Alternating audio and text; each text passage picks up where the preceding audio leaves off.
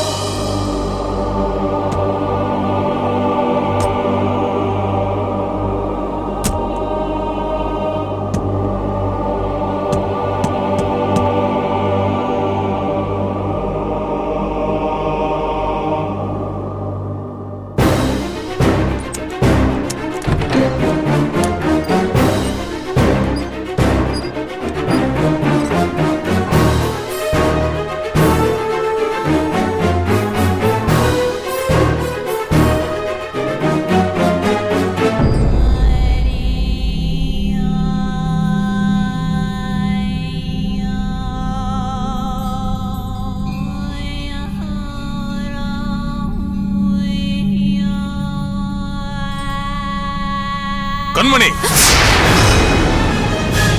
இங்க எதுக்குமா வந்த? அது வந்துப்பா. இங்கெல்லாம் நீ வரக்கூடாதுன்னு சொல்லியிருக்கல. போ, ரூமுக்கு போ. அப்பா, அது என்னப்பா?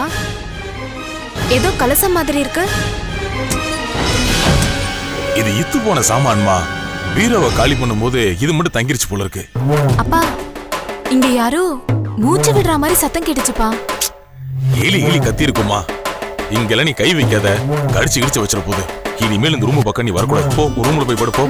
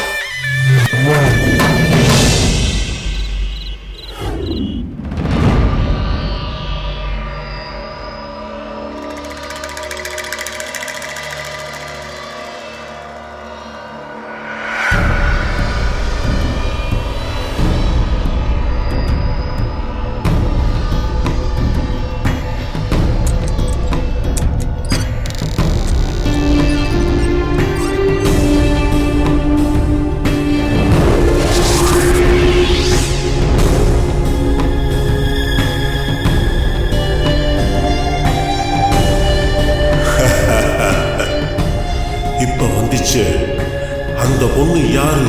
மார்த்தாண்டன், கண்மணி என்னோட பொண்ணு. உன்னோட ரத்தம் கலந்த இந்த தீர்த்தத்தை குடிச்சா நீ ஆவியா புகுத்துருவ. ஆதிராவை நீ பழி தீர்க்க பாப்ப. ஆனா என் பொண்ணுக்கு அந்த அளவுக்கு உடம்புல சக்தி இல்ல. அவ பாவம் மார்த்தாண்டன், அவளை விட்டு. என் பொண்ணு பிசாசோட ஆக்ரோஷத்தை தாங்க மாட்டா. அவளை தயவு செஞ்சு விட்டுரு. உன்னை நான் கெஞ்சி கேட்டுக்கிறேன். மார்த்தாண்டன், என்னை பார்த்து பயப்படாத. உனக்கும் பொண்ணுக்கும் என்னால ஒரு ஆபத்தும் வராது. நீலவேணிய வதம் பண்ண நான் தேர்ந்தெடுத்தது உன் மகளை இல்ல, அதுக்கு வேற ஒருத்தி பிறந்திருக்கா. அவ வருவா. அப்படி என் மக ஏன் இங்க வந்தா? அவ தன்னை மீறி தானா இங்க வந்திருக்கா. அத பத்தி நீ கவலைப்படாத. ஆனா அவ போற இடம் சரியில்லை. என்ன சொல்றீங்க? உன் மக எங்க போறேன்னு சொன்னா? அவ படிப்பு விஷயமா வெளியூர் போறதா சொன்னா. அவ போறது வெளியூர் இல்ல, வெங்கையூர். வெங்கையூரா? உன் மக அங்க போகத்தான் திட்டம் போட்டிருக்கா. அவ வெங்கையூர் போனா உங்களுக்கு தான் ஆபத்து,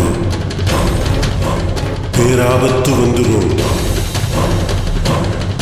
அவளை வெங்கையூர் போக அனுமதிக்காத.